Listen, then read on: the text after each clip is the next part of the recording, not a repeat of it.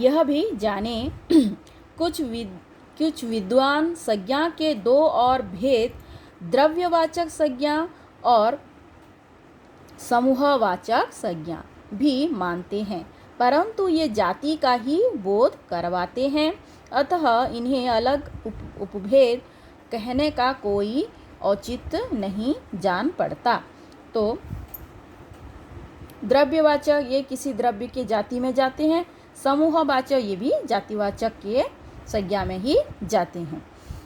Next number 3, भाववाचक संज्ञा। जो शब्द स्थूल रूप में तो किसी वस्तु का बोध नहीं करवाते, किंतु उन्हें महसूस किया जा सकता है, वे भाव ही भाववाचक संज्ञाएं हैं।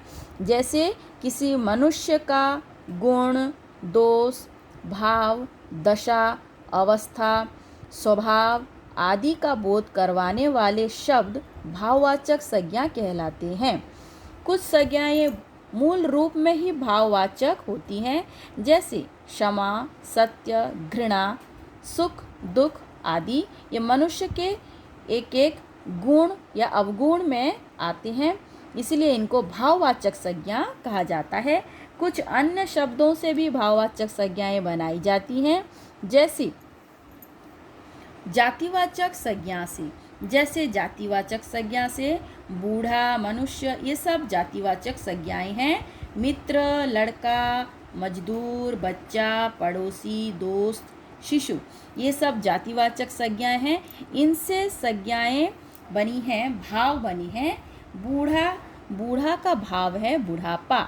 मनुष्य, मनुष्य का भाववाचक संज्ञा है मनुष्यता। मित्र, मित्रता, लड़का, लड़कपन, मजदूर, मजदूरी, बच्चा, बचपन, पड़ोसी, पड़ोस, दोस्त, दोस्ती, शिशु, शैशव। सर्वनामिक भाववाचक संज्ञाएं हैं, जैसे सर्व, मम, स्व, आप, निज, अपना। सर्व से सर्वस्व या फिर सर्वत्र। मम से ममत्व या फिर ममता।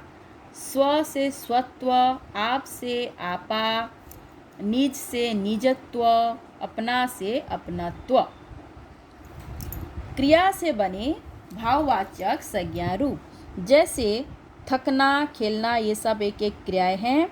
थकना से थकान, खेलना से खेल, हंसना से हंसी, चलना से चाल, जीतना से जीत, चढ़ना से चढ़ाई, काटना से कटाई, बोना से बुआई, गिरना से गिरावट। ये सब हैं क्रियावाची संज्ञाएं, भाववाचक संज्ञा सब। नेक्स्ट है विशेषण से, जैसे गरम से गर्मी, सुंदर से सुंदरता, ठंडा से ठंडक, बुरा से बुराई, दयालु से दया, मीठा से मिठास, खट्टा से खटास।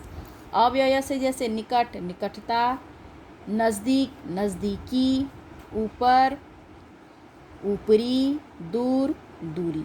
तो हमने सीखा किसी प्राणी, वस्तु, स्थान या भाव के नाम को संज्ञा कहते हैं। वंस मोर, किसी प्राणी, वस्तु, स्थान या भाव के नाम को संज्ञा कहते हैं। संज्ञा के 3 रूप होते हैं, जातिवाचक, व्यक्तिवाचक, भाववाचक। जातिवाचक मनुष्य, पशु, प्राणी, पर्वत, ये सब पेड़ पौधे, ये सब जातिवाचक संज्ञा में जाएंगे। व्यक्तिवाचक किसी भी वस्तु के नाम या किसी व्यक्ति के नाम, किसी स्थान के नाम को जो बोध कराते हैं, व्यक्तिवाचक। भाववाचक मनुष्य के भावों को जो बोध कराता है वो भाववाचक संज्ञा कहलाता है। भाववाचक संज्ञा का निर्माण जातिवाचक संज्ञा, सर्वनाम, विशेषण, क्रिया और क्रिया विशेषण से किया जाता है। सो स्टूडेंट, हमने पढ़ा आज संज्ञा। आज के लिए इतना ही। Good bye.